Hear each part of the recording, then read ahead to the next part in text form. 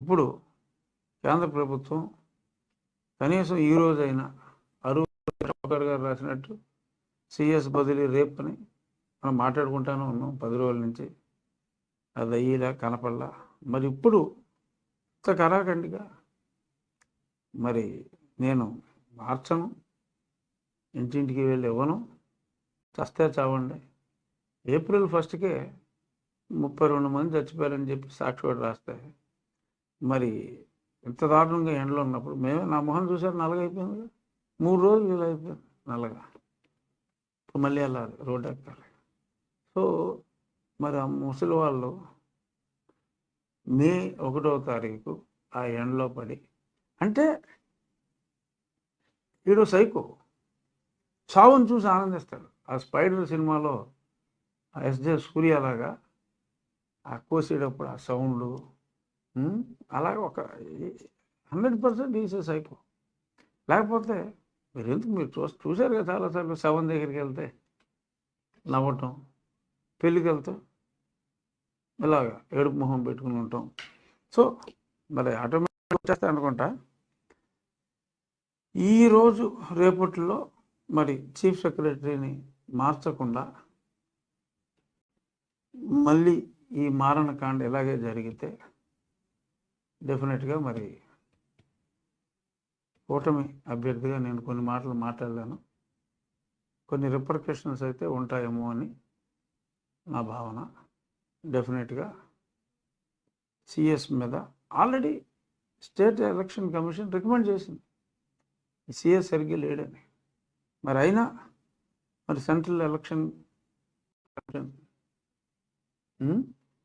మరి ఎందుకని ఇంత తీవ్ర జాప్యం వహిస్తుంది? అంటే మనుషులను చంపేస్తున్నారా బాబు ఎక్కడన్నా సరే. కేవలం ఎలక్షన్లో జగన్మోహన్ రెడ్డికి బెనిఫిట్ వస్తుంది, చచ్చిపోతే జగన్మోహన్ రెడ్డి వాలంటరీ వ్యవస్థను పెట్టాడు. చంద్రబాబు నాయుడు గారు ఆ వ్యవస్థను ఏలు పెట్టి డెమోక్రసీ ఫోరం, సిటిజన్ ఫోరం ద్వారా ఇదంతా చేస్తున్నారని. ఇది జరిగితే ఒకవేళ సిఎస్ ట్రాన్స్ఫర్ చేస్తే ఏ బడుద్దాయి వచ్చినా సరే ఎఫెక్టివ్గా సెక్రటేరియట్, విలేజ్ సెక్రటేరియట్ ఎంప్లాయీస్తో 2 డేస్లో కంప్లీట్ చేయొచ్చు. అసలు ఎటువంటి ఇబ్బంది లేదు. కేవలం ప్రజల్ని చంపటం కోసమే ఈ ప్రభుత్వం ఉంది. చంద్రబాబు నాయుడు గారు చాలా స్పష్టంగా చెప్పారు, సెక్రటేరియట్ స్టాఫ్ విలేజ్, గ్రామ, village, city, ward secretariats distribute చేయించండి. ఒక మనిషి 50 మందికి ఇస్తే చాలు. ఒక పోస్ట్ మ్యాన్ రోజుకు 100 ఉత్తరాలు ఇస్తారు. ఒక్క రోజులో అవుతుంది. కాదు కూడదంటే 2 రోజులు అవుతుంది. మీరు ఇళ్లలోనే ఉండండి, మీ ఇళ్ళకి వచ్చి ఇస్తామని చెప్పచ్చు. ఎందుకంటే సైకోకి చావు కావాలి, శవాలు కావాలి. బట్ ఇప్పుడు ప్రజలు గ్రహించారు. ఇంకా జవహర్ రెడ్డి, జగన్మోహన్ రెడ్డి ఈ నరమేధానికి నాంది పలికితే ప్రజలు చూస్తూ ఊరుకోరు. ఏం చేస్తారు? చెప్పుచ్చు కొడతారా? కొట్టలేరు కదా, దొరకరు వీళ్ళు, పరదాలు కట్టు తిరిగి వాళ్ళు ఏం చేస్తారు? ఓటు అనే ఆయుధం ద్వారా వాళ్ళని, ఈ నరహంతకుల్ని ఆల్రెడీ తిరుగుతున్నారు. చిన్నాన్ని ఎందుకు లేపేశావు, చిన్నాన్ని ఎందుకు లేపేశావు మనం చెప్పాడు కదా అవినాష్, చిన్నపిల్లాడు, సౌమ్యుడు.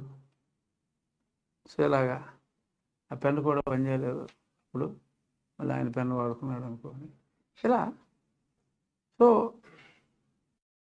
ఎవరికి తెలియదు, 3వసారి ఎంపీ చేసినాడు చిన్నపిల్లాడట. మరి ఆయనకి అందరూ అలా కనపడతారు. పిల్లాడు హత్య ఎవరు చేశారో మటుకు నాకు తెలుసు, దేవుడికి తెలుసు అని కూడా అన్నాడు. అదొక్కటే నిజం చెప్పాడు జగన్మోహన్ రెడ్డి. హత్య ఎవడు చేశాడు నీకు నాకు తెలుస్తుందా? సో అది చాలా క్లియర్గా ఆ పాయింట్ అయితే ఆయన చెప్పాడు. ఈ రేపు 1వ తారీఖు ఎట్టి పరిస్థితుల్లోనూ పెన్షన్లు ఇంటి వద్దే ఇవ్వాలి. ఇది చంద్రబాబు నాయుడు గారు చాలా గట్టిగా ఎప్పటి నుంచో చెప్తున్నారు. నా లెవెల్లో నేను కూడా ఘోషిస్తున్నా. ఒక లేఖ కూడా ప్రైమ్ మినిస్టర్కి ఆంధ్రాలో నరమేధం జరుగుతుందన్న సంగతి ప్రైమ్ మినిస్టర్కి ఈసీఐకి కూడా రాసి తక్షణం ఈ చీఫ్